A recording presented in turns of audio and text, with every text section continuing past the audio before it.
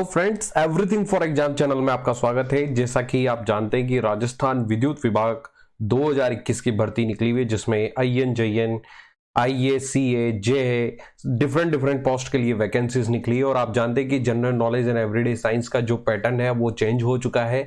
अब जो नया पैटर्न है वो जिसमें राजस्थान जीके के जो क्वेश्चंस आने वाले हैं वो 36 क्वेश्चन होंगे। इसके अलावा 12 क्वेश्चन अलग जनरल अवेयरनेस से होंगे। तो जो नया पैटर्न है उसके बेस्ड पर अब हमारा सेट जो 9 है, आप ध्यान से देख रहे होंगे, जो ये सेट 9 है ये न्यू पैटर्न पे बेस्ड है। तो हम general knowledge and everyday science की एमसीक्यू बेस्ड प्रिपरेशन कर रहे हैं, जो कि हिंदी और इंग्लिश दोनों में है। तो फ्रेंड्स, आप इस सेट को जरूर देखें क्योंकि ये एग्जाम में आपके लिए बहुत फायदेमंद होगा। तो मैं तरुण दादीच आपका स्वागत करता हूं एंड प्लीज आप अंत तक जरूर बने रहिए।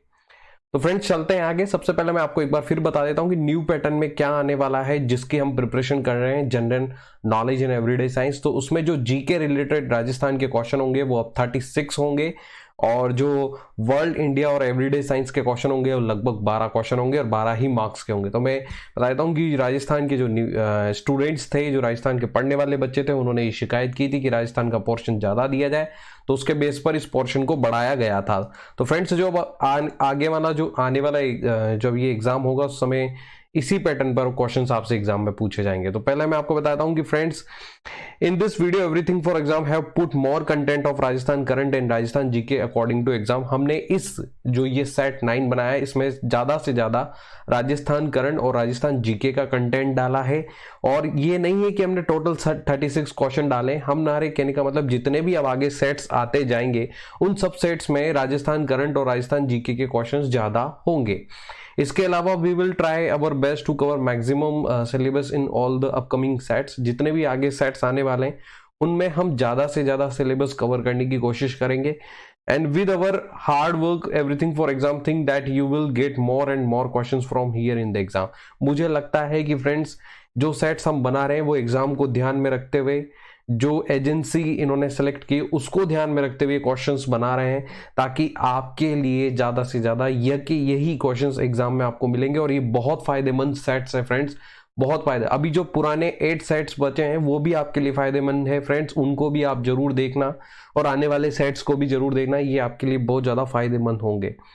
तो फ्रेंड्स, आगे चलते हैं, शुरुआत करते हैं। सबसे पहले मैं आपके लिए राजस्थान करंट इवेंट्स के क्वेश्चंस लेके आया हूं कि क्या क्वेश्चंस है राजस्थान करंट इवेंट के, जो कि एज इट इज आपको एग्जाम में मिलेंगे। तो फ्रेंड्स, सबसे पहला क्वेश्चन है, आर्थिक रूप से कमजोर वर्ग के पुरुष अभ्यर्थियों को अन्य आरक्षित वर्गों के समान अधिकतम आयु सीमा में राजस्थान सरकार द्वारा कितने वर्षों की छूट दी है?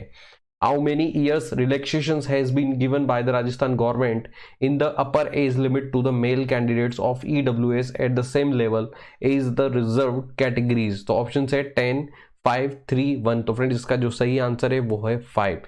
तो मैं आपको बता दूं EWS क्या होता है। आर्थिक रूप से जो कमजोर है उनको अब एज में भी रिलैक्सेशंस दिया गया है राजस्थान गवर्नमेंट की तरफ से, जो कि पुरुषों के लिए कितना होगा, 5 वर्ष का होगा। इस पर हम बात करते हैं फ्रेंड्स।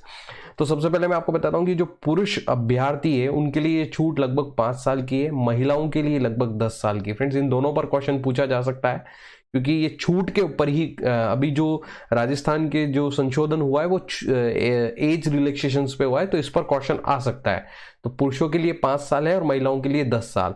सो आर्थिक रूप से कमजोर EWS सामान्य वर्ग के लिए जिन परिवारों की सालाना आय 8 लाख से कम है उन्हें इसका फायदा मिलेगा। इसके अलावा मैं आपको बताता हूं कि सेंट्रल में अभी भी जमीन वगैरह सब देखी जाती है, लेकिन राजस्थान में सिर्फ अब आय के बेस पर ही EWS रिजर्वेशन दिया जाता है। तो ये भी आप याद रखना।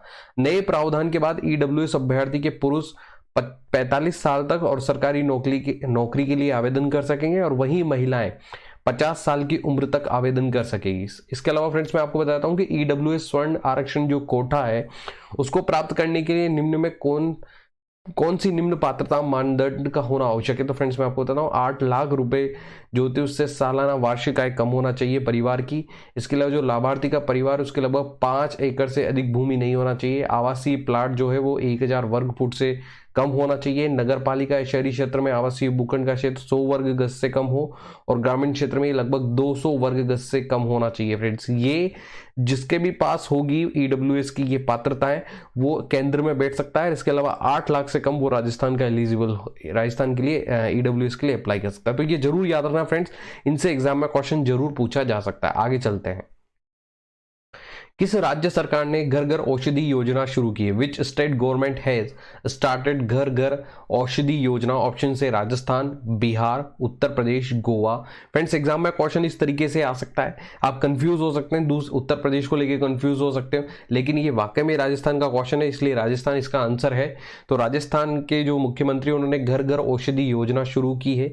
अब ये औषधि योजना से मतलब दवाई से रिलेटेड नहीं है, किस तरीके से ये स्कीम है इसके ऊपर भी क्वेश्चन आ सकता है, इस पर बात करते हैं हम। घर घर औषधि योजना के अंतर्गत औषधीय पौधों की पौधशालाएं विकसित कर तुलसी, गिलोय, अश्वगंधा और कालमेघ इत्यादि पौधे नर्सरी से उपलब्ध कराए जाएंगे। तो फ्रेंड्स बहुत से सोच सकते हैं कि घर घर औषधि योजना किससे रिलेटेड है? औषधि से, ये वो सोच सकते हैं, लेकिन मैं आपको बताता हूं ये रिलेटेड किससे कि तुलसी, गिलोय, अश्वगंधा और कालमेघ आदि पौधों की नर्सरी, आदि पौधों के उद्यान के लिए लोगों को इसके लिए अवेयर किया जाएगा। इस वर्ष राज्य भर में जो वन महोत्सव की थीम है वो घर घर औषधि योजनाएं रहेगी। ये भी क्वेश्चन आ सकता है एग्जाम में कि जो राजस्थान राज्य है उसकी वन महोत्सव की थीम क्या रहेगी? घर घर औषधि योजना। ये भी आप याद रखें फ्रेंड्स।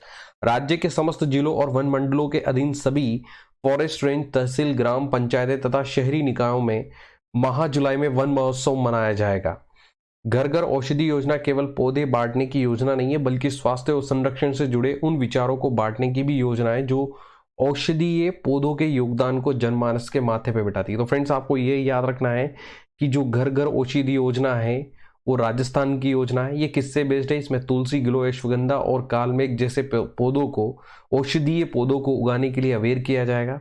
और इस बार जो वन महोत्सव होगी राजस्थान राज्य की, उसकी थीम भी यही होगी, घर घर औषधीय योजना। और माह जुलाई में वन महोत्सव मनाया जाएगा। ये भी आप याद रखना फ्रेंड्स, एग्जाम में क्वेश्चन जरूर पूछा जा सकता है। आगे चलते हैं फ्रेंड्स। मिस दीवा राजस्थान 2021 का खिताब किसे दिया गया है? Who was given the title of miss दीवा राजस्थान 2021? ऑप्शन से तनु शेखावत, कशिश चौधरी, हर्षिल कालिया, सोनम शर्मा। तो फ्रेंड्स इसका जो सही आंसर है वो है कशिश चौधरी। कशिश चौधरी को मिस दीवा राजस्थान 2021 का खिताब दिया गया। फ्रेंड्स एग्जाम में जरूर पूछा जा सकता है, ये जरूर याद रखना है आपको। तो फ्रेंड्स आगे चलते हैं। आपको आगे अगेन राजस्थान करंट के क्वेश्चन थे, हमने ज्यादा से ज्यादा राजस्थान करंट के मोस्ट इंपॉर्टेंट क्वेश्चंस कवर किए जो आपके एग्जाम में फायदेमंद हो सकते हैं। राजस्थान राज्य के छठे वित्त आयोग का अध्यक्ष किसे बनाया गया? Who has been appointed as the chairman of the 6th finance commission of Rajasthan state?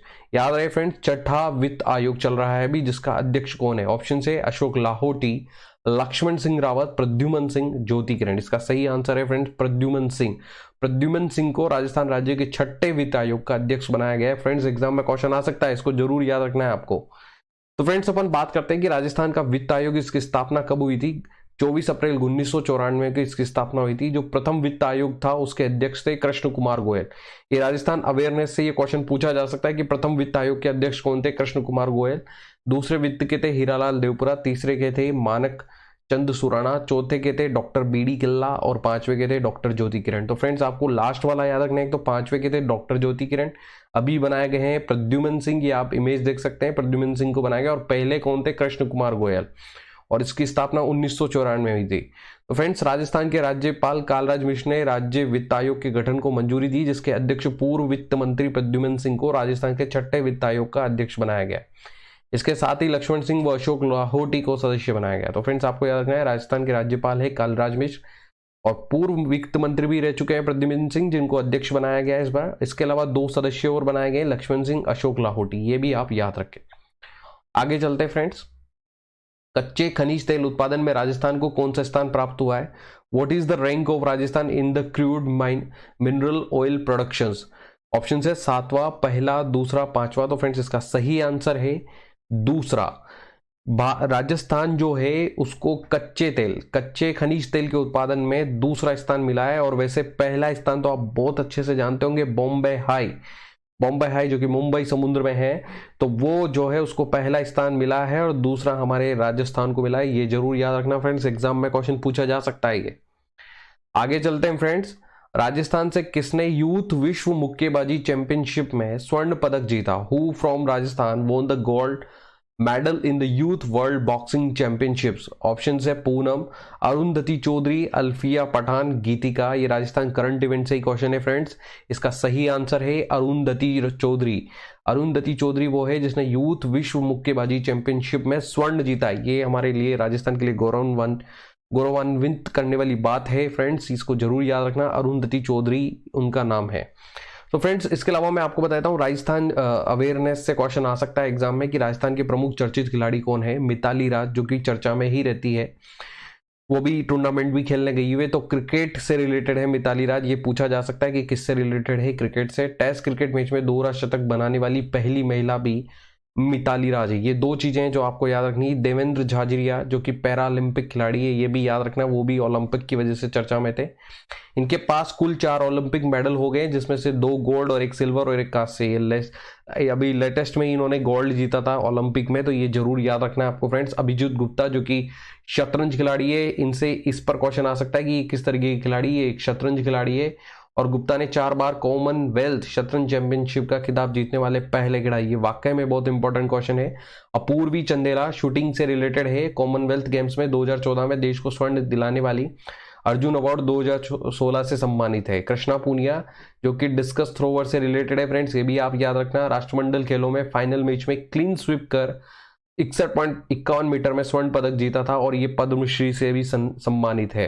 Rajyavardhan Singh Rathore जो कि 8% आप जानते हैं एमपी भी है, जयपुर ग्रामीण से, इसको आप जरूर याद रखें। निशानेबाज हैं ये। 2004 ग्रीष्मकालीन ओलंपिक एथेंस में डबल ट्रैप्स स्पर्धा में रजत पदक जीत देश को गौरवान्वित किया था फ्रेंड्स, ये याद रखें। ये निशानेबाज और 8% एमपी है ये, जयपुर ग्रामीण से, तो ये जरूर याद रखें। गगन खोड़ा जो कि क्रिकेट से रिलेटेड है, ये 1998 में 2 एकदिवसीय अंतर्राष्ट्रीय मैचों में भारतीय टीम का हिस्सा रह चुके हैं और उन्हें मैन ऑफ द मैच रहने का भी गौरव हासिल हुआ है। तो फ्रेंड्स आप इन खिलाड़ियों के संबंधित जो डिपार्टमेंट्स है उसको आपको जरूर याद है, किस स्पोर्ट से ये रिलेटेड है, इनसे एग्जाम में क्वेश्चन जरूर पूछा जा सकता है। आगे चलते हैं फ्रेंड्स। राजस्थान राज्य पुलिस आयोग के सचिव के पद पर किसे नियुक्त किया गया है? Who has been appointed as the secretary of the Rajasthan state police commission? Option से भूपेंद्र कुमार दत्त, पिनाकी चंद्र घोष, भूपेंद्र सिंह यादव, राजीव स्वरूप। तो फ्रेंड्स इसका सही आंसर है भूपेंद्र कुमार दत्त, जो कि पुलिस आयोग के सचिव बनाए गए। राजस्थान राज्य पुलिस आयोग के सचिव कौन बनाए गए हैं? भूपेंद्र कुमार दत्त। फ्रेंड्स ये आपको याद रखना है, ये करंट का क्वेश्चन है और ये एग्जाम में आ सकता है। आगे चलते हैं फ्रेंड्स। अब मैं आपसे मैं अभी तक मैंने आपको राजस्थान करंट के क्वेश्चंस बताए थे, अब राजस्थान जनरल अवेयरनेस के क्वेश्चन बनाए थे। तो हर बार फ्रेंड्स मैं इतने ही लगभग, पहले मैं एक क्वेश्चन ला रहा था, एक करंट का एक जनरल अवेयरनेस का, लेकिन अब मैं आपके लिए राजस्थान करंट के लगभग 5 से 6 क्वेश्चन और राजस्थान जनरल अवेयरनेस के भी 5 से 6 क्वेश्चन लाऊंगा, यानी कि हर सेट्स में 12 क्वेश्चन होंगे इनके मिला के, जो कि एग्जाम में आपको कुछ तो मिलेगा ही सही। ये बहुत अच्छी रिसर्च के साथ निकाला है, तो ये बहुत आपको एग्जाम में फायदेमंद होंगे। तो आगे चलते हैं। मेवाड़ का प्रसिद्ध द्वारकाधीश मंदिर कहाँ स्थित है? Where the famous Dwarkadhish temple of Mewar is located? Option से काकरोली, राजसमंद, नाथद्वारा, उदयपुर।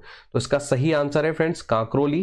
क्यों फ्रेंड्स? अधिकतर लोग काकरोली और नाथद्वारा में कंफ्यूज होते हैं। नाथद्वारा में श्रीनाथ जी का है और काकरोली में द्वारकाधीश का, ये जरूर याद रखना फ्रेंड्स। मैं आपको इसके अलावा बता देता हूँ कि संपूर्ण भारत में भगवान श्री कृष्ण के मंदिर है, लेकिन 11 मंदिर ऐसे जो कि बहुत ही महत्व रखते हैं, एग्जाम में क्वेश्चन आ सकता है फ्रेंड्स कभी। मथुरा जन्मभूमि का मंदिर है, इसके अलावा गोकुल का मंदिर, कृष्ण का मंदिर, वृंदावन का मंदिर है, इसके अलावा बरसाना का राधा कृष्ण का मंदिर है। ये सब उत्तर प्रदेश में आता है फ्रेंड्स, इनको आप याद रखना।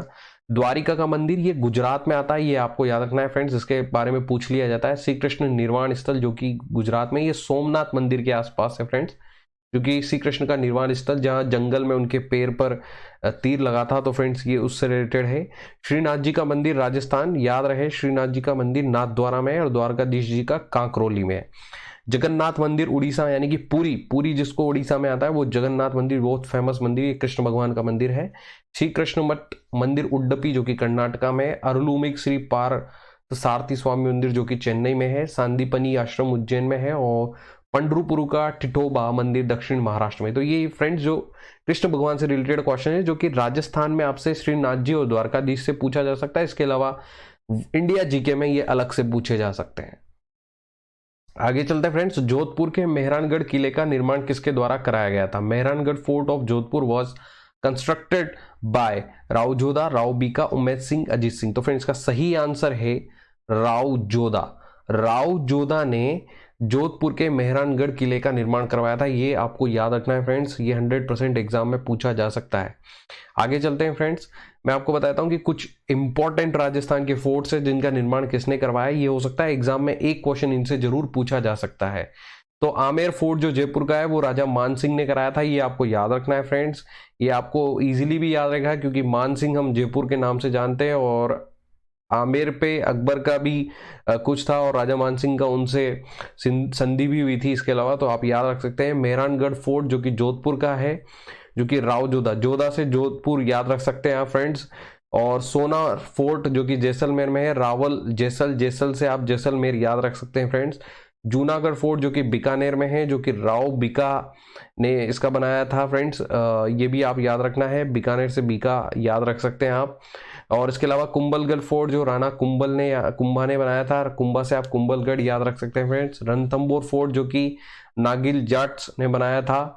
और चित्तौड़गढ़ फोर्ट है वो किंग चित्रांगद ने बनाया था फ्रेंड्स, ये भी आप याद रखें। तारागढ़ फोर्ट ये अजमेर का है फ्रेंड्स, जो कि चौहान डायनेस्टी ने बनाया था, ये आपको याद रखना है। और इसके अलावा ये अजमेर है फ्रेंड्स।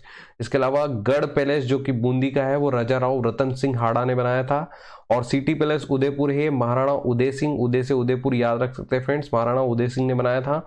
गागरोन फोर्ट जो कि झालावाड़, ये बहुत ही पानी के बीच में पानी के बीच में गागरोन फोर्ट, तो ये आपको याद रखना है, ये किंग बिजल देव ने बनाया था। ये इस पर अधिकतर क्वेश्चन पूछ लिया जाता है गागरोन फोर्ट पर, ये आपको जरूर याद रखना है फ्रेंड्स। लोहागढ़ भरतपुर ये सूरजमल ने बनाया था। डिग्गी पैलेस के बारे में भी जरूर पूछ लिया जाता है, डिग पैलेस जो भरतपुर में है ये महाराजा सूरजमल ने बनाया था। इसके अलावा नाहरगढ़ फोर्ट जयपुर ये महाराजा सवाई जय सिंह सेकंड ने बनाया था।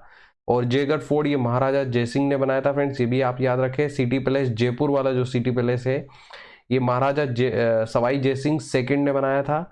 इसके अलावा हवा महल जो है महाराजा सवाई प्रताप सिंह ने बनाया था, इस पे भी हवा महल पर भी बहुत ज्यादा क्वेश्चंस पूछ लिया जाता है, ये भी आप याद रखना फ्रेंड्स। जल महल जयपुर महाराजा सवाई जयसिंह सेकंड ने बनाया था। ये इंपॉर्टेंट फोर्ट्स एंड प्लेसेस है फ्रेंड्स, इनसे बाहर कोई क्वेश्चन नहीं जाएगा फोर्ट्स एंड प्लेसेस से, तो ये एक बार आप इसको जरूर रीड करें, आपके लिए बहुत ज्यादा फायदेमंद होगा। आगे चलते हैं फ्रेंड्स।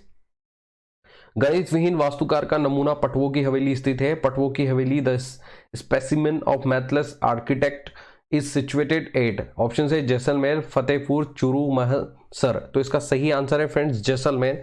आपसे ये पूछ भी जा सकता है, फिल्म पीके अगर आपने देखी हो उस दौरान भी पटवो की हवेली के कुछ सीन दिखाए गए थे। तो पटवो की जो हवेली है उसका जो आर्किटेक्ट है किया गया, जो मतलब कहाँ पर स्थित है, तो वो जैसलमेर में है और ये बहुत ही ज्यादा फेमस है। आगे चलते हैं फ्रेंड्स। प्रतापगढ़ और चित्तौड़गढ़ जिला कला के लिए प्रसिद्ध है। Pratapgarh and Chittorgarh district is famous for the art, option है टेरकोटा, स्टोन क्राफ्ट, मीनाकरी, थेव कला। तो फ्रेंड्स का सही आंसर है थेव कला। तो प्रतापगढ़ और चित्तौड़गढ़ जो अलग अलग जिले हैं वो थेव कला के लिए प्रसिद्ध है, ये आप जरूर याद रखें। ये एक आर्ट है फ्रेंड्स, ये राजस्थान जनरल अवेयरनेस से क्वेश्चन है, ये एग्जाम में पूछा जा सकता है। तो हम डिस्कस करते हैं क्राफ्ट्स ऑफ राजस्थान, इस पर जरूर क्वेश्चन आता है फ्रेंड्स। एक बार मैं भी जब किसी टाइम एग्जाम देने गया तो उस समय ब्लू पॉटरी के बारे में पूछा गया था। तो ब्लू पॉटरी जो कि सांगानेर जयपुर की एक क्राफ्ट है, इसको आप जरूर याद रखें फ्रेंड्स। टेराकोटा वर्क जो कि उदयपुर से है। मार्बल वर्क जो मकराना से आप जरूर याद रख सकते हैं इसको। वुड क्राफ्ट जो कि बाड़मेर, जोधपुर, किशनगढ़ और शेखावटी से रिलेटेड है। वुड्स की जो कुर्सी वगैरह रिलेटेड जो भी होते हैं। पपर्टी जो कि उदयपुर, कठपुतली नगर इन जयपुर, ये पपर्टी से कहने वाला है फ्रेंड्स जो कठपुतली डांस आप देखते हैं जो रिलेटेड है वो उदयपुर और कठपुतली नगर है जयपुर में, इन्हीं के नाम पर, कठपुतली के नाम पर एक कठपुतली नगर है, तो ये आप याद रख सकते हो। थेवा कला जो है फ्रेंड्स ये ग्लास पर एक वर्क होता है, ग्लास पर एक प्रकार की डिजाइन बनाई जाती है, ये प्रतापगढ़ और चित्तौड़गढ़ में ज्यादा फेमस है। मीनाकरी ज्वेलरी ये भी एग्जाम में पूछ लिया जाता है, ये जयपुर एंड जोधपुर से फेमस है फ्रेंड्स। कारपेट्स एंड रग्स ये जैसलमेर एंड बीकानेर की फेमस है। और लीदर वेयर जो कि जयपुर, जोधपुर, बाड़मेर एंड जैसलमेर में फेमस है। इन क्राफ्ट से एग्जाम में जरूर क्वेश्चन पूछा जा सकता है फ्रेंड्स, आप इनको रीड करें। और ये सब इंपॉर्टेंट जो कंटेंट है मैंने आपके लिए डाला है फ्रेंड्स, जो आपको एग्जाम में बहुत ज्यादा सपोर्ट्स करेगा। और अभी बहुत सारे सेट्स में आगे लाने वाला हूं। हर सेट्स में आपको बहुत इंपॉर्टेंट कंटेंट मिलेगा फ्रेंड्स, बहुत ही कम इंपॉर्टेंट। आगे चलते फ्रेंड्स, मोती डूंगरी पर कौन सा भगवान का मंदिर है? Which god's temple is there on Moti Dungri? Option है शिव, विष्णु, राम, कृष्ण। तो इसका सही आंसर है फ्रेंड्स शिव। देखो फ्रेंड्स, बहुत बंदे यहां पर कंफ्यूज होते हैं कि मोती डूंगरी में गणेश जी का मंदिर है, शिव का नहीं है। लेकिन मैं आपको बताऊं कि जो मोती डूंगरी जो ऊपर का किला बना हुआ है, आपने देखा होगा बिरला मंदिर से थोड़ा ऊपर दिखता है, वहां पर जो मंदिर है, जो मूर्ति है, उसमें शिव की मूर्ति है। और जो मोती डूंगरी की तलहटी है, वहां पर गणेश जी का मंदिर है। तो ये आपको जरूर याद रखना है फ्रेंड्स। मैं बता देता हूं आपको एक बार फिर कि कौन कौन से मंदिर राजस्थान में ज्यादा चर्चा में रहते हैं। वो है जमुवाय माता, जो कि उपनाम जो इनका है अन्नपूर्णा जमवा रामगढ़, जयपुर में है ये फ्रेंड्स। और जयपुर के कछवा राजवंश की कुल देवी है ये जरूर याद रखें। ज्वाला माता जो कि जौबनेर खंगरोध राजपूतों की कुल देवी है, और इसका मेला नवरात्रों में लगता है फ्रेंड्स। इसके अलावा नकटी माता, ये जय भवानीपुरा जयपुर में प्रतिहार कालीन मंदिर है। मूल नाम दुर्गा माता, और इस माता की प्रतिमा की नाक चोरों ने काट ली, इसलिए नकटी माता कहलाती है फ्रेंड्स। ये भी आप याद रखें। इसके अलावा शाकंबरी माता जो कि सांबर के चौहानों की कुलदेवी है, और इस मंदिर का निर्माण वासुदेव चौहान ने करवाया था। और यहाँ पर मेला भाद्रपद शुक्ल 8 को लगता है। आपको सिर्फ ये याद रखना है, ये सांबर के चौहानों की कुलदेवी है शाकंबरी माता, और इससे निर्माण जो है वासुदेव चौहान ने कराया था। इस पे एग्जाम में क्वेश्चन आ सकता है फ्रेंड्स। और सांबर में स्थित देवयानी को सब तीर्थों की नानी भी कहा जाता है। अगर आपसे एग्जाम में पूछा जाए कि सब तीर्थों की नानी किसको कहा जाता है, तो वो सांबर में स्थित देवयानी को कहा जाता है। महामाई माता जो कि रेनवाल की लोक देवी है। इसके अलावा शिला माता का मंदिर आमेर जयपुर में स्थित। शिला माता का मेला चैत्र व अश्विन के नवरात्रों में लगता है। अगर आपसे पूछा जाए कि शिला माता का मंदिर कहाँ है, तो वो आमेर जयपुर में है। इसके अलावा शीतला माता का मंदिर शील की डूंगरी चाकसू जयपुर के आसपास आता है चाकसू, जहां पर शीतला माता का मंदिर है, जिसको शील की डूंगरी भी कहा जाता है। मंदिर का जो निर्माण है वो महाराजा माधो सिंह ने करवाया, और राजस्थान की एकमात्र ऐसी देवी है जिसकी खंडित रूप में पूजा होती है, और इस माता की 5 स्त्रियां पूजा करती है। तो एकमात्र माता जी ऐसी जिनकी खंडित रूप में पूजा होती है, और इसको अधिकतर वो पूजती है जिनको पुत्र प्राप्ति नहीं होती है, वो स्त्रियां जो बांझ होती है, वो इसकी ज्यादा पूजा करती है। लक्ष्मी नारायण जी और बिरला मंदिर जो राजस्थान का एकमात्र मंदिर है, और जो हिंदू मुस्लिम व ईसाई डिजाइन से बना है, और ये एशिया का प्रथम वातानुकूलित मंदिर है। मतलब सभी धर्मों की डिजाइन से बना हुआ ये मंदिर है, बिरला मंदिर, लक्ष्मी नारायण जी का मंदिर। कल्की मंदिर जो कि निर्माण ईश्वरी सिंह, भारत का एकमात्र कल्की मंदिर है, और इस मंदिर में संगमरमर से बना घोड़ा है, जिसके खुर के नीचे एक गड्ढा है। तो ये भी आप जरूर याद रखें फ्रेंड्स। अगर आपको ये वॉइस से समझ में नहीं आ रहा है, तो अगर आप इसको रीड भी करेंगे, तो मेरे ख्याल से ये कंटेंट आपके एग्जाम में बहुत ज्यादा सपोर्ट करने वाला है। आप इतनी सारी बुक्स पढ़ते, मुझे लगता है आप ये इंपॉर्टेंट कंटेंट पढ़ के जाएंगे तो आपको बहुत ज्यादा सपोर्ट करेगा।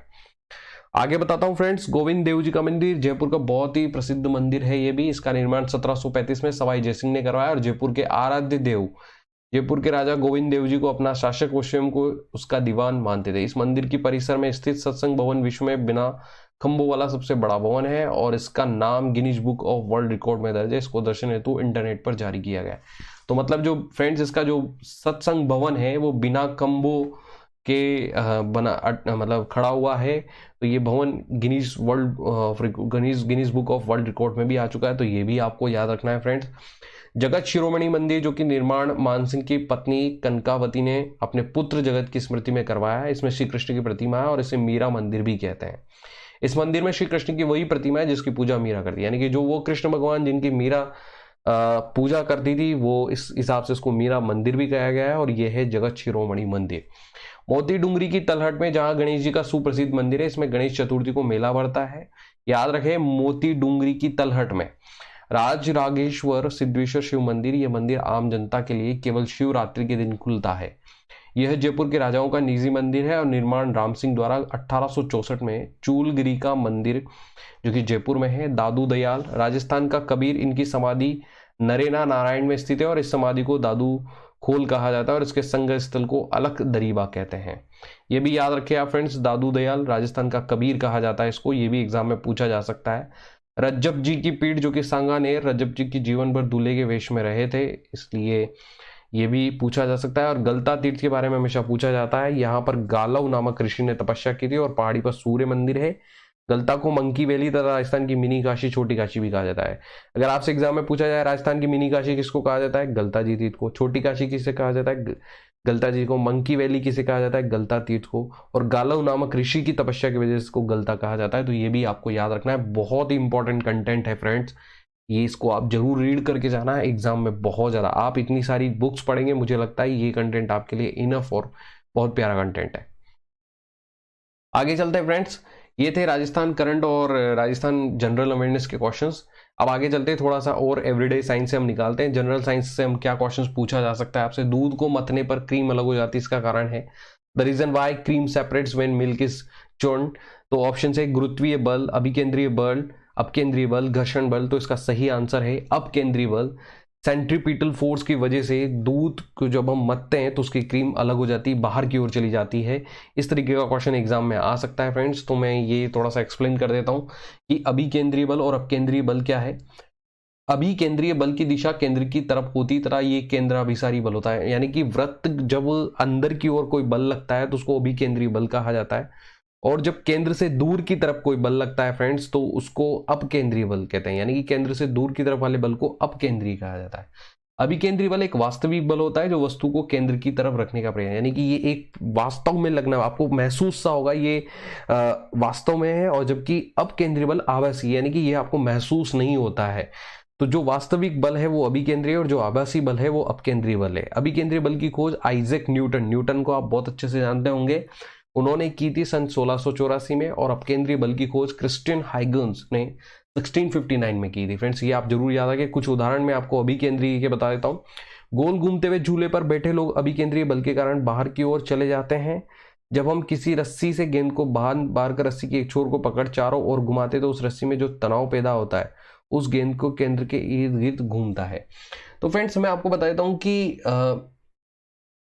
अब ये उदाहरण है फ्रेंड्स, आप इनको रीड करना, लेकिन मैं आपको समझा देता हूं कि कोई भी जब आप जैसे आप किसी कॉर्नर से अंदर की ओर मुड़ पा रहे हो, जब आपकी बाइक जब आप चलाते हो और अंदर की ओर मुड़ पाते हो तो आपको लगता है कि यार हाँ मैं अंदर की ओर झुकाव आ रहा है, और वो जो झुकाव आप महसूस करते हो वो अभिकेंद्रीय बल की वजह से होता है। और फ्रेंड्स जो आप वॉशिंग मशीन चलाते हो तो कपड़े आपको बाहर की ओर फेंकते हुए दिखते हैं, वो अपकेंद्रीय बल की वजह से होता है।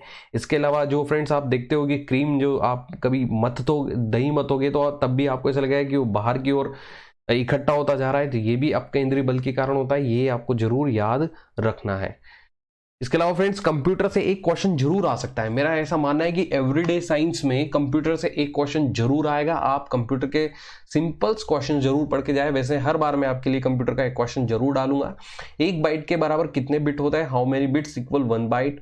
ऑप्शन से 4, 8, 16, 32। तो इसका सही आंसर है फ्रेंड्स 8 बिट्स को मिलाकर एक बाइट बनता है। तो 8 बिट्स को मिलाकर एक 1 बाइट बनता है, ये आप जरूर याद रखें। मैं आपको एक बार फिर बता देता हूं, एग्जाम में ये आपके IBPS में भी आपको सपोर्ट करेगा। बाइट जो होता है वो 8 बिट से मिलके होता है। जो 1 किलो बाइट होता है वो 1024 बाइट से मिलता है। अब इसके आगे अब आप क्या करेंगे कि जब MB होगा तो वापस 1024 लगाएंगे, लेकिन क्या होगा उसकी छोटी बाइट KB होगी। ऐसे GB होगा तो GB से छोटा क्या होता है MB, और वापस क्या होगा 1024। जब TB होगा उससे छोटा क्या होता है GB, वापस क्या होगा 1024। पेटाबाइट जब आपसे पूछा जाएगा तो वापस क्या होगा TB उससे छोटा वाला, तो 1024। यहां तक आपको याद रखना है फ्रेंड्स, एग्जाम में यहीं तक क्वेश्चन आएंगे। 1024 यानी कि कितने हो गए 1000, यानी कि 3 की पावर 10 की पावर 3। KB के कितने होते हैं 1000, और 1000 ऑलरेडी है तो 10 की पावर 6। MB में कितने होते हैं 10 की पावर 6, और 1000 ऑलरेडी तो 10 की पावर 9। इसमें GB में ऑलरेडी 10 की पावर 9 होते हैं और 1000 ऑलरेडी तो 10 की पावर 12। तो ये आपको याद रखना है एग्जाम में फ्रेंड्स, ये क्वेश्चन जरूर पूछा जा सकता है। अधिकतर जो 1 बाइट्स होती है वो टेक्स्ट, ईमेल, SMS में यूज की जाती है। 1 KB जो है वर्ड डॉक्यूमेंट्स में यूज की जाती है। 1 MB अधिकतर डिजिटल फोटो में यूज की जाती है। 1 गीगाबाइट DVDs में यूज की जाती है। 1 TB अधिकतर हार्ड डिस्क में यूज होती है। और 1 PB अधिकतर क्लाउड जो सर्वर होते हैं आपके उनमें ये यूज की जाती है। तो ये जरूर याद रखें फ्रेंड्स। आगे चलते हैं, चौहान वंश के संस्थापक कौन थे? Who was the founder of Chauhan dynasty? Option है वासुदेव, पृथ्वीराज चौहान, चंद्रवर्धाय, बिंबिसार। ये इंडिया GK हिस्ट्री का क्वेश्चन है, लेकिन ये राजस्थान से भी रिलेटेड है, तो इसका सही आंसर है वासुदेव। वासुदेव ने चौहान वंश की स्थापना की थी। अधिकतर हम पृथ्वीराज चौहान याद रखते हैं, लेकिन एक्चुअल जो चौहान वंश का संस्थापक था वो वासुदेव था। तो बता देता हूं मैं आपको फ्रेंड्स, इंपॉर्टेंट वंश कौन थे और उनके संस्थापक कौन थे। अर्यक वंश जिसके संस्थापक थे बिंबिसार और इसकी जो राजधानी थी वो राजगृह पाटलिपुत्र थी। शिशुनाग वंश जिसका उसी से नाम है रिलेटेड, शिशुनाग, और इनकी राजधानी राजगृह थी। नंद वंश की संस्थापना महापद्मनंद ने की थी और इसकी राजधानी पाटलिपुत्र थी। मौर्य वंश, जो कि आपको 100% याद रखना है फ्रेंड्स, मौर्य वंश की स्थापना चंद्रगुप्त मौर्य ने की थी जिसकी राजधानी पाटलिपुत्र, ये आपको बहुत अच्छे से याद होगा। शुंग वंश जो कि पुष्यमित्र शंगु, ये भी आप ये एक ट्रिक से याद रखते हैं, शुंगु से शुंगु पीछे पूछा जाएगा, और इसकी राजधानी भी पाटलिपुत्र थी। कर्ण वंश जो है वासुदेव ने की थी और इसकी पाटलिपुत्र में राजधानी है। सातवाहन वंश जिसकी सिमुक ने की थी, इसकी राजधानी प्रतिष्ठान या पैटर्न है। कुषाण इसकी संस्थापक खडप्पिसस ने की थी और पुरुषपुर या पेशावर में है। गुप्त वंश जिसकी राजधानी संस्थापक श्रीगुप्त और राजधानी पाटलिपुत्र है। ऊर्ण वंश जिसकी तोरमान ने की थी और ये इसकी जो राजधानी साकल या सियालकोट में है। तो मैं आपको इंपॉर्टेंट एक बार 10 तक फिर बता देता हूँ। हर्यक वंश आपको याद रखना है फ्रेंड्स, मौर्य वंश आपको याद रखना है, गुप्त वंश याद रखना है आपको फ्रेंड्स, इससे भी एग्जाम में क्वेश्चन पूछा जा सकता है। आगे चलते हैं। पुष्यभूति वंश, नरवर्धन जो कि थानेश्वर कन्नौज में इसकी राजधानी है। परिवर्ती पांड्य वंश जिसकी नेडियान संस्थापक है और मदुरई इसकी राजधानी है। पल्लव वंश जो इसकी वास्तविक संस्थापक सिंह विष्णु है और इसकी राजधानी कांची है। चालुक्य वातापी जो कि संस्थापक जयसिंह है और वातापी इसकी राजधानी है। वातापी और चालुक्य कल्याणी वाला जो राजधानी है, कल्याणी वाली राजधानी, उसकी तेलपदित्य ने की थी। इसके अलावा जो चालुक्य वेंगी वंश वाला है वो विष्णुवर्धन ने की थी और ये वेंगी इनकी राजधानी है। राष्ट्रकूट वंश जो कि दंती दुर्ग ने की थी और मान्यखेत इनकी राजधानी है। पाल वंश जिसकी स्थापना गोपाल ने की थी और इसकी राजधानी मुंगेर है। गुर्जर प्रतिहार वंश जिसकी स्थापना नागभट्ट ने की थी और राजधानी गुजरात और कन्नौज है। सेन वंश जिसकी स्थापना सामंत सेन ने की थी और राजधानी राड़ और बंगाल है। फ्रेंड्स फिर अब मैं आपको 11 से 20 बता रहा हूँ। पुष्यभूति वंश आपको याद रखना है। चालुक्य आपको वातापी वाला याद रखना है, इससे एग्जाम में क्वेश्चन पूछा जा सकता है। राष्ट्रकूट वंश याद रखना है, पाल वंश याद रखना है, इनसे एग्जाम में क्वेश्चन पूछा जाता है। गाहड़वाल वंश जिनकी चंद्रदेव ने स्थापना की थी, वाराणसी कन्नौज में इनकी राजधानी है। चौहान वंश जिनकी वासुदेव ने स्थापना की थी और अजमेर में इनकी राजधानी थी। इसके अलावा चंदेल वंश जिसकी चंद्रदेव ने स्थापना की थी और खजुराहो में इनकी राजधानी थी। गंग वंश की व्रजहस्त पंचम ने की थी और इसकी राजधानी पुरी में थी। परमार वंश की उपेंद्र कृष्णराज ने की थी और धार उज्जैन में इसकी राजधानी थी। सोलंकी वंश मूलराज प्रथम ने की थी और अनली हिलवाड़ा में की थी। कलुचरी वंश कोक्कल संस्थापन की थी इसकी और त्रिपुरी में इसकी राजधानी है। प्रारंभिक चोल करिकाल ने इसकी स्थापना की थी और उरियर कोवरी पत्तनम में इसकी राजधानी है। चोल वंश परिवर्ती विजयालय ने इसकी स्थापना की थी, तंजावर में इसकी राजधानी है।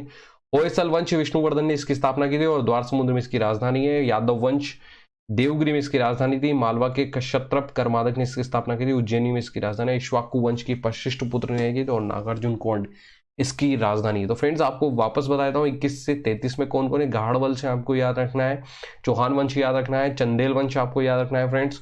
इसके अलावा फ्रेंड्स मैं आपको बता देता हूँ होयसल वंश आपको याद रखना है। द्वार समुद्र इसकी राजधानी तो आपको याद ही रखना है फ्रेंड्स। और इसके अलावा इक्ष्वाकु वंश जो है वो भी आपको याद रखना है। तो ये कुछ इंपॉर्टेंट है जो फ्रेंड्स आपको रीड करना चाहिए क्योंकि ये आपको एग्जाम में जरूर सपोर्ट करेंगे। आगे चलते हैं फ्रेंड्स। निम्नलिखित में से कौन सा राज्य कृष्णा जल विवाद न्यायाधिकरण के वन के पार्टी के राज्यों में से एक नहीं है। Which of the following state is not one of the parties states of Krishna water disputes tribunal 1। Option है महाराष्ट्र, आंध्र प्रदेश, कर्नाटक, तमिलनाडु। इसका सही आंसर है फ्रेंड्स तमिलनाडु। तो जो डिस्प्यूट चल रहा है फ्रेंड्स कृष्णा नदी के पानी को लेकर, वो महाराष्ट्र, आंध्र प्रदेश और कर्नाटक में चल रहा है और तमिलनाडु इसका हिस्सा नहीं है। ये एग्जाम में पूछा जा सकता है फ्रेंड्स। तो मैं आपको बताता हूँ कि कौन कौन सी इंपॉर्टेंट नदी है, ये हम पूरी कवर कर लेंगे आज, जिनका ओरिजिन क्या है। इसके अलावा डिस्प्यूट किस किस के चल रहे हैं उस पर भी हम बात करेंगे। तो गंगा नदी आपको फ्रेंड्स याद रखना है, जिसकी ओरिजिन जो है गंगोत्री से होती है और उत्तराखंड इसका राज्य है। यमुना जो कि यमुनोत्री से होती है और उत्तराखंड ही इसका ओरिजिन है। तो ये बहुत अच्छे से याद रख सकता है, गंगा से गंगोत्री, यमुना से यमुनोत्री और दोनों उत्तराखंड में। इंदुस जो कि मानसरोवर से निकलती है, तिब्बत जो कि आप जानते हैं तिब्बत में आता है मानसरोवर, और यात्रा भी कैलाश की यात्रा जो होती है मानसरोवर में होती है, तो ये भी आप याद रखें इंदुस रिवर। नर्मदा जो है माइकल हिल्स से निकलती है फ्रेंड्स, और अमरकंटक भी बोलते हैं, अमरकंटक याद रखना है आपको। नर्मदा कहाँ से निकलती है, अमरकंटक मध्य प्रदेश, ये आपसे ज्यादा पूछा जा सकता है। ताप्ती जो है सतपुरा रेंज बैतूल मध्य प्रदेश से निकलती है। महानदी नगरी टाउन छत्तीसगढ़ से निकलती है। ब्रह्मपुत्रा चेमायुंग डंग तिब्बत से निकलती है। सतलज जो है एमटी कैलाश तिब्बत से निकलती है। ब्यास जो है रोहतांग पास हिमाचल प्रदेश से निकलती है। गोदावरी नासिक महाराष्ट्र से निकलती है। कृष्णा जो है महाबलेश्वर महाराष्ट्र से। कावेरी ब्रह्मगिरी हिल्स कोर कर्नाटक से। साबरमती जो उदयपुर अरावली हिल्स राजस्थान से। रवि चंबा हिमाचल प्रदेश से। पेन्नार नंदी हिल्स चिकबल्लापुर कर्नाटका से। लूनी पुष्कर और अरावली हिल्स राजस्थान से। चंबल जनापाव इंदौर विंध्यास मध्य प्रदेश से। तिस्ता चोलुमल लेक सिक्किम से। रंगीत जो है रोहतांग ग्लेशियर सिक्किम से। रतोंग ग्लेशियर सिक्किम से निकलती है। फ्रेंड्स आपको इंपॉर्टेंट याद रखना है, गंगा यमुना इंदुस नर्मदा ताप्ती महानदी ब्रह्मपुत्र सतलज ब्यास गोदावरी कृष्णा कावेरी साबरमती रवि। पेन्नार आप छोड़ सकते हैं फ्रेंड्स। इसके अलावा लूनी आपको याद रखना है। पुष्कर अरावली हिल्स राजस्थान के स्टूडेंट्स को ये तो याद रखना ही है कि लूनी कहाँ से निकलती है, पुष्कर अरावली हिल से। इससे एग्जाम में क्वेश्चन पूछा जा सकता है। चंबल से भी पूछा जा सकता है क्योंकि चंबल का भी बहुत हिस्सा राजस्थान में बहता है, तो ये भी पूछा जा सकता है। ये इंदौर के विंध्याचल जो पहाड़ियां वहां से निकलती मध्य प्रदेश से, ये भी आप याद रखें। अब डिस्प्यूट जो बड़ा डिस्प्यूट जो चल रहा है वो किस पे चल रहा है मैं आपको बताता हूँ कि कृष्णा वाटर का जो डिस्प्यूट है वो आंध्र प्रदेश कर्नाटक और महाराष्ट्र में चल रहा है। इसी पर हमने क्वेश्चन पूछा है, ये एग्जाम में पूछा जा सकता है। महादाई मनोदवी वाटर डिस्प्यूट है वो गोवा कर्नाटका एंड महाराष्ट्र में चल रहा है। वंशधरा वाटर डिस्प्यूट है वो आंध्र प्रदेश एंड उड़ीसा में चल रहा है। इसके अलावा कावेरी वाटर डिस्प्यूट, ये सबसे ज्यादा इंपॉर्टेंट है फ्रेंड्स। कावेरी ये तमिलनाडु कर्नाटक केरल एंड पांडिचेरी में चल रहा है। कावेरी का जो डिस्प्यूट है वह तमिलनाडु कर्नाटक केरल एंड पांडिचेरी में चल रहा है, लेकिन सबसे ज्यादा डिस्प्यूट जिसको लेके वो तमिलनाडु और कर्नाटका में चल रहा है। बाहुबली बैराज इशू जो है आंध्र प्रदेश एंड महाराष्ट्र में है। इसके अलावा मुल्ला पेरियार डैम इशू जो है वो तमिलनाडु एंड केरला में है। और महानदी वाटर डिस्प्यूट्स है वो छत्तीसगढ़ एंड उड़ीसा में है। तो फ्रेंड्स ये डिस्प्यूट्स है रिवर्स को लेकर, इन पर एग्जाम में क्वेश्चन पूछा जा सकता है। आगे चलते हैं फ्रेंड्स। इब्राहिम राइसी ने किस देश का 2021 का ईरानी राष्ट्रपति चुनाव जीता है? Ibrahim Raisi has won the 2021 Iranian presidential election of which country? Option है यूक्रेन, ईरान, सीरिया, इजराइल। तो फ्रेंड्स इसका सही आंसर है ईरान। ईरान के राष्ट्रपति जो नए हैं वो है इब्राहिम राइसी। तो ये फ्रेंड्स वर्ल्ड करंट अफेयर से क्वेश्चन हो सकता है। फ्रेंड्स वर्ल्ड जीके से क्वेश्चन एग्जाम में न पूछा जाए क्योंकि अब जो आप देख रहे हैं 12 क्वेश्चन जो एक्स्ट्रा है उनमें हो सकता है करंट्स के 4 से 5 क्वेश्चन हो सकते हैं फ्रेंड्स।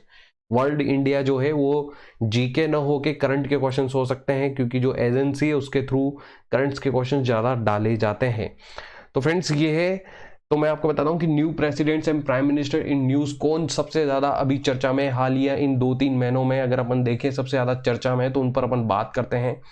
जो इब्राहिम राइसी है वो ईरान के न्यू प्रेसिडेंट है। इनको आप याद रखना फ्रेंड्स क्योंकि ईरान का यूएस से कहीं ना कहीं डिस्प्यूट भी चल रहा है इकोनॉमी को लेके और सारा सब कुछ लेके, आर्थिक पाबंदियों को लेके, तो ये एग्जाम में इंपॉर्टेंट हो सकता है। नफ्ताली बेनेट इजराइल पीएम है, तो इजराइल के न्यू प्राइम मिनिस्टर कौन है? Naftali Bennett. ये क्यों इंपॉर्टेंट है? क्योंकि इन्होंने बेंजामिन नेतन्याहू को बाकी पार्टियों ने गठबंधन करके हटाया है। और इसके अलावा आपने देखा है कि गाजा फिलिस्तीन और इजराइल का भी युद्ध भी चर्चा में था, तो ये भी इंपॉर्टेंट है फ्रेंड्स, आपको याद रखना है। इसके अलावा बशर अल असद जो है सीरिया प्रेसिडेंट है, सीरिया के जो प्रेसिडेंट है, तो सीरिया आप जानते हो फ्रेंड्स बहुत ज्यादा चर्चा में रहता है, आतंकवादी गतिविधियों की भी चर्चा में रहता है और ये लगभग 34 बार चुनकर आए हैं बशर अल शहीद, इसलिए ये ज्यादा चर्चा में है। जो बिडेन जो कि यूएसए के प्रेसिडेंट है, जानते हैं आप महाशक्ति है यूनाइटेड स्टेट अमेरिका, और जिन्होंने डोनाल्ड ट्रम्प को हराया है, पहली मतलब एक बार ही शासन कर सके डोनाल्ड ट्रम्प, जो कि विवाद बहुत ज्यादा चर्चा में रहे, इसलिए ये भी इंपॉर्टेंट बनते हैं। और साथ के साथ उप प्रेसिडेंट जो उपराष्ट्रपति उनको भी आपको याद रखना चाहिए, कमला हैरिस को, क्योंकि उनसे भी रिलेटेड और वो इंडिया ओरिजिन से बिलोंग करती है, तो फ्रेंड्स इसको आपको जरूर याद रखना चाहिए। आगे चलते हैं friends. Research and analysis wing के प्रमुख का नाम बताइए जिनका कार्यकाल सरकार ने साल के लिए जून 2022 तक बढ़ा दिया है। Name the chief of the research and analysis wing whose tenure has been extended by the government for 1 year till June 2022। Option है रविंद्र कौशिक, सरस्वती राजमणि, मोहन लाल भास्कर, सामंत कुमार गोयल। तो फ्रेंड्स इसका सही जो आंसर है वो है सामंत कुमार गोयल। आपको याद रखना है फ्रेंड्स, रॉ के वो कौन है जिनका जून तक 2022 तक कार्यकाल बढ़ा दिया है, वो है सामंत कुमार गोयल। इसके अलावा रॉ की फुल फॉर्म आप याद रख सकते हैं, रिसर्च एंड एनालिसिस विंग। तो ये करंट का क्वेश्चन है। तो हम बात करते हैं कि जो गवर्नमेंट की टॉप एजेंसी जो अभी सबसे ज्यादा चर्चा में रहती है, तो उनके जो न्यू चीफ है वो कौन है, तो न्यू सीबीआई डायरेक्टर है वो है सुबोध कुमार जायसवाल। याद रखें, सीबीआई के न्यू डायरेक्टर कौन है, सुबोध कुमार जायसवाल। आप जानते हो सीबीआई बहुत ज्यादा चर्चा में रहती है, सेंट्रल ब्यूरो इन्वेस्टिगेशन, कहीं ना कहीं छापे लगते ही रहते हैं। इंटेलिजेंस ब्यूरो के जो चीफ है वो अरविंद कुमार है, ये पहले भी यही थे अभी भी ये, और इनका एक्सटेंशन हुआ है, 1 साल के लिए इनका कार्यकाल बढ़ा दिया गया है। रो चीफ जो आप जानते हैं, रिसर्च एनालिटिक विंग्स जो है चीफ, जो हमारी खुफिया एजेंसी है भारत की, जो बहुत ज़्यादा चर्चा में रहती है, अजीत डोभाल की वजह से बहुत ज़्यादा चर्चा में रही थी। तो सामंत कुमार गोयल इसके 8 प्रेजेंट चीफ है और इनका भी एक्सटेंशन हुआ है 1 साल के लिए।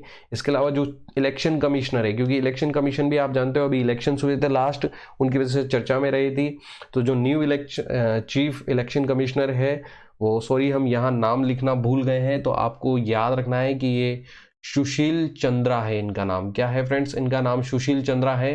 सॉरी हम यहाँ पर नाम मेंशन करना भूल गए, इनका नाम है सुशील चंद्रा, आप जरूर याद रखें। आगे चलते हैं फ्रेंड्स।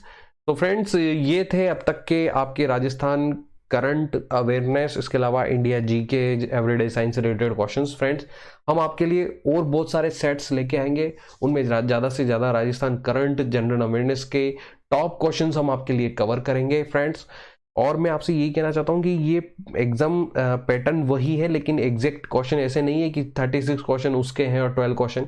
हमने कोशिश की है कि एवरीथिंग फॉर एग्जाम की ओर से कि ज़्यादा से ज़्यादा कंटेंट आप तक पहुंचाया जाए और इंपॉर्टेंट कंटेंट आप तक पहुंचाया जाए, ताकि एग्जाम में एज इट इज क्वेश्चंस आपको मिले। तो friends thank you for watching everything for exam, and please like, subscribe and share करना ना भूलें। Thank you.